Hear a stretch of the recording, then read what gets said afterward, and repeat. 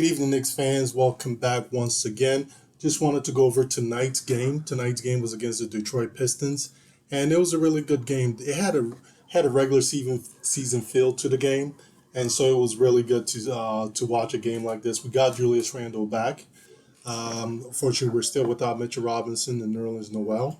And unfortunately for the Detroit Pistons, they were missing three of their main players except for Grant. Grant was there. He's the best player on the team, but they were missing Kate Cunningham and two other young players on their squad. Like I said, it felt like a regular season game. The starters played basically most of the game until the game was basically well within hand, until they took care of, essentially had a good lead with about like a minute to go in the game. And so it was a really good game. First half, we started off okay with the offense. It's a little stagnant because we didn't have. We were missing our point guard today, actually, and Kimball Walker. He was out today. I guess he got rest today.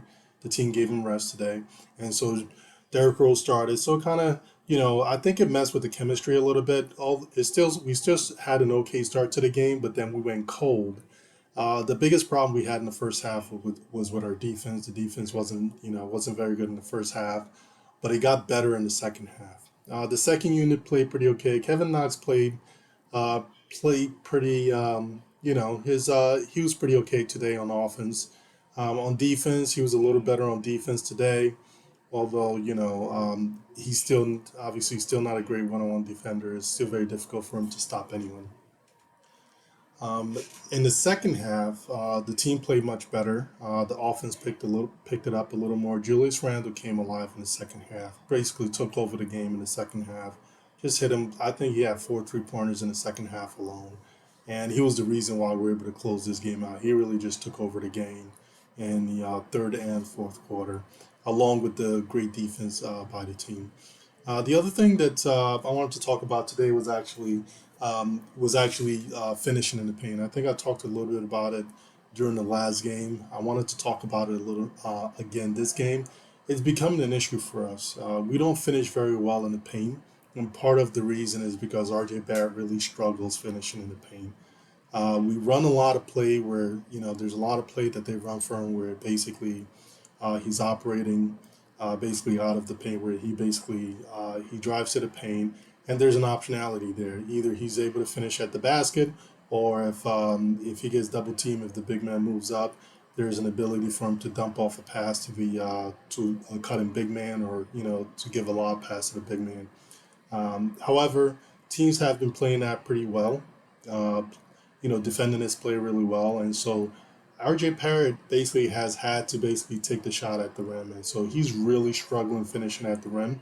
I'm not sure he can't remember how many times he drove to the basket today, but he only made two layups today, and I think he must have at least. I think he had at least maybe I want to say five or seven shots at the basket, and made only two. The league shoots around 64% at the rim, within the restricted area, and going basically 2 for 5 or 2 for 7 from the restricted area is not good. I mean, it was an issue for him earlier this preseason, and it was an issue for him all of last season. So we're still waiting for him to improve from that standpoint. I think that's the biggest reason why we struggle. Uh, of as far as being able to finish in the paint, doing a better job finishing in the paint. The other issue too is like I just think there's just not enough. I don't think Julius Randle. Um, I mean, today he did take it to the paint a few times, but I do think we need to focus a little more trying to get Julius basically going to the paint a little more, driving to the basket, or even getting him easier shots at the basket. I think we really should work on that because if we can't figure out a way to basically uh, score more within that restricted area or in the paint, I think we're gonna have times that we may struggle this season. I really think it's something we need to work on. Not even just for the regular season. I think for the most important part for the playoffs. It's great that we're doing a good job shooting well from deep, and I think today we also shot pretty well from deep. I'm trying to see what our percentage was from three. We shot 39% from three today. As good as that is, as good as that is, being the team shooting 39% from three, In the playoffs, you can't just solely depend on your ability to shoot 3 pointers. I'm not sure if there's anyone on our team that's that good of a 3 point shooter, like let's say Steph Curry or Klay Thompson, where it's just like automatic, right? There's not. We don't have any players like that on our squad. We do have good 3 point shooters, but we don't have any Klay Thompsons or any Steph Currys on our team. So we really should be realistic, and the team needs to find a way to do better scoring in the paint. So let's just go over the box score real quick. Actually, no. Before we go over the box score, I just want us to look at this over here on the right hand side. This is essentially a shot chart, but it looks at the percentages from basically different areas on the floor by distance. And so if you look here, what I was talking about before, essentially we shot 14 of 31 from the restricted area for 45%, and the league average is 64%. And so and 34% of our shots came from this restricted area. And I'm not sure what the league average in terms of distribution, how many, whether or not if the league shoots 34% of their shots from the restricted area, if it's higher or lower. I would assume it might be a little higher, um, but we're definitely struggling. The percentage is a little too low, and I think we need to do better finishing at the restricted in the restricted area. If you look at everything else, we're above league average. So within the paint, we shot 4 of 10 within this area outside of the restricted area. That's still pretty low. League average is about 43%. We shot 40%. So we do need to do improve a little bit there as well. And but the rest of the floor, like we're above league average. We shot basically from long mid range. We shot about 58%. I'm sorry, 59% from mid range, and we shot 50%, basically 50% from the right corner, and 20% from the left corner. We struggled from the left corner, and then from the top of the key, basically a top of the key, we shot 41%, basically 42%. And so the rest of the rest of the areas of the floor is fine. We're doing pretty well there, but like I said, we really need to work on finishing in the paint. And I think that's something hopefully Thibodeau and the rest of the coaches work with the team on. So just to recap go over the box score real quick. This isn't a full box score. I really want to focus on basically the shooting for the most part. That's what I really wanted to focus on, and the percentages. Unfortunately, I'm not sure why I don't have the scores here, but anyway, we're just going to go over it anyway. But really, you know, what we really want to focus on was the efficiency of the team. We talked about a few videos ago. Really talked about how it's important for Julius and also for RJ Barrett to improve efficiency. And so, as far as for RJ Barrett, he's still struggling with his efficiency, and I think a lot of it is tied up with his inability to finish in the paint. Obviously, he struggled from 3 point line today, only shot 20% from three. Uh, However, I'm not too worried about that. I think I'm pretty confident. I think he's going to get this back up again. But the one that he hasn't been able to show to us, he has been able to prove to us since he's been in the league that he can actually finish in the hole. And so, and our other big dog, the main big dog is Julius Randle. And so he shot 58% from the field today and 57% from three. So he had a very efficient game. So he started off a little slow. He started off for 4 of 10, but finished the game 11 of 19. And so he had a very efficient game, ended up very strong, took over the game in the second half and really put it away for us. Evan Fournier had it seems like a pretty quiet game, but he wasn't as active. He wasn't as on the ball as he was the previous games. However, the one thing we need to realize about Evan Fournier, he's really here to kind of help. He's almost like a glue guy. He's here to kind of help the offense run a lot smoother. He's a guy that can dribble, pass, and shoot. So he's not going to clog up the offense. Whatever the offense gives him, he's going to take it. And so that's really what he's here to do. And that's what, I'm really noticing. He's not here to be the main guy. From the way we've been running our offense this whole preseason, it looks like the main guys are, it looks like the top dogs are basically Julius Randle and RJ Barrett. There's been a lot of focus on both players, especially when you're on the court. Even when Kemba Walker is on the court, if you look at their usage rate, it's not going to be available till tomorrow.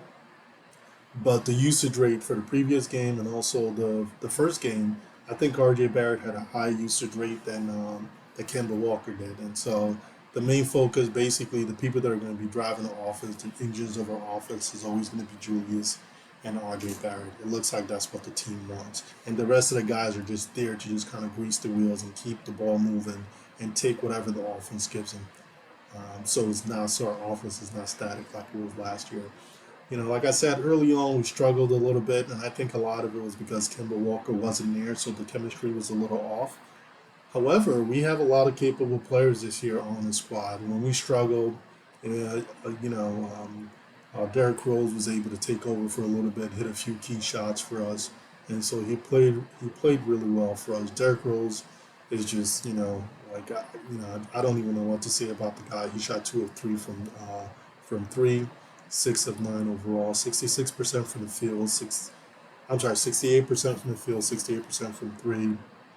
He has been awesome, and he's going to continue being great as long as we manage his minutes. Today, because Kemba was out, he played 30 minutes. So I think the reason why he played the 30 minutes was because this had, like I said, it had a regular season feel to it, and the coach really wanted to treat this like a regular season game, and so basically that's why he got basically 30 minutes. That, and obviously, like I said, Kemba Walker was out. Jericho Sims only played about 5.5 minutes, actually almost 6 minutes, and it looks like part of the reason why is because the coach really got impatient with him. He got beat backdoor. He just has been struggling on defense, getting lost, and it's just not enough effort and not enough awareness on the defensive end. And so the coach basically got fed up and benched him for the remainder of the game. And Amir Sims basically got the remaining minutes that he was supposed to get. And, and of course, Obi Toppin also, luckily, because we have Obi Toppin, that also helps there. Although Obi only got about 14 minutes, 35 seconds this time around, but he played pretty decent. Um, I don't know if I've said it in any of the videos. Obi Toppin's defense has been really good. Again, obviously, when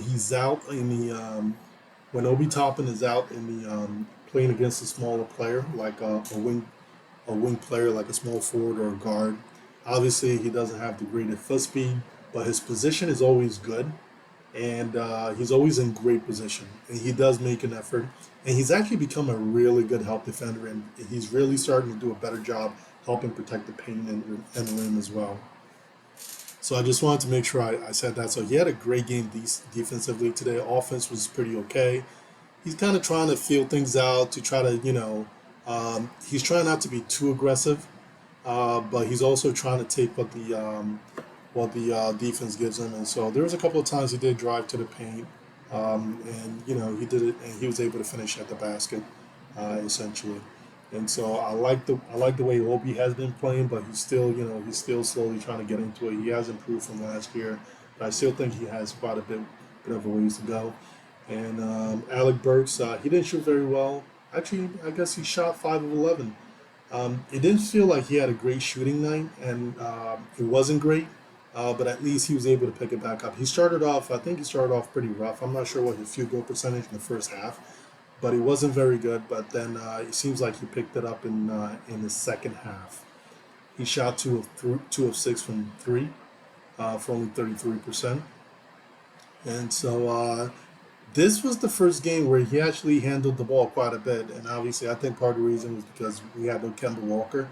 So he kind of played the same role that he played last year. And so it looks like the nights when we give Kemba Walker time off, it looks like Alec Burks is going to go back to the way he played last year. And when Kemba Walker's in the lineup with Derrick Rose, then Alec Burks is going to be more of a spot up shooter for the most part.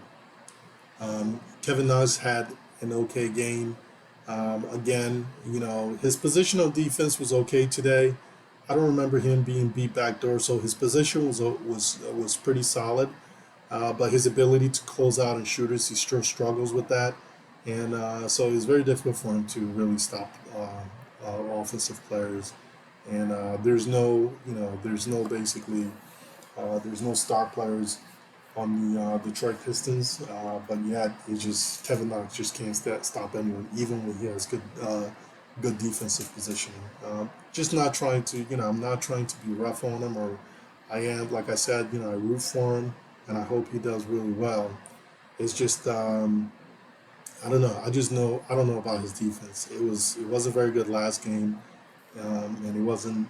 I think it was better this game, but still, you can just tell when you watch, even when he's got good position on defense and his man gets the ball, his man is still able to shoot over him and score. And so, so hopefully he's able to keep working on it and get better. Amir Sims, like I said, basically got the minutes that Jericho Sims normally gets because Jericho Sims just basically, I don't know, he just wasn't putting out enough effort on the defensive end. He just kept getting lost, so the coach benched him. And so Amir Sims was able to play about 11 minutes. McBride and Quentin Grimes came in with about a minute to go in the game. By then, basically, the game was all well in hand. And so that was pretty much it. That was pretty much it for the game. It was a good game. I really liked the game because it was more like a regular season game, and the team actually they didn't play very well, but then they had to gut it out. Right, they had to basically pick up their defense in the second half, and then they also had to make the plays that they had to make to basically pull this game out. And then by the time the game was over, it wasn't like um, basically we had to get a defensive stop at the end of the game for to make sure we won. It was essentially won this game. It was basically about a 10-point game with about 5 minutes to go. 5 minutes to go. So we basically handled this by middle of the fourth quarter. But thanks to Julius Randle for that, and so I'm glad that he's back. Congratulations to him and his family on the newborn baby. And so, guys, tell me, guys, what. Let me know what you think about the game. Let me know what you think about the video, the content. And if you have any comments, please make your comments below. I'll be more than happy to respond. Again, thank you so much. Like, subscribe. Talk to you guys soon.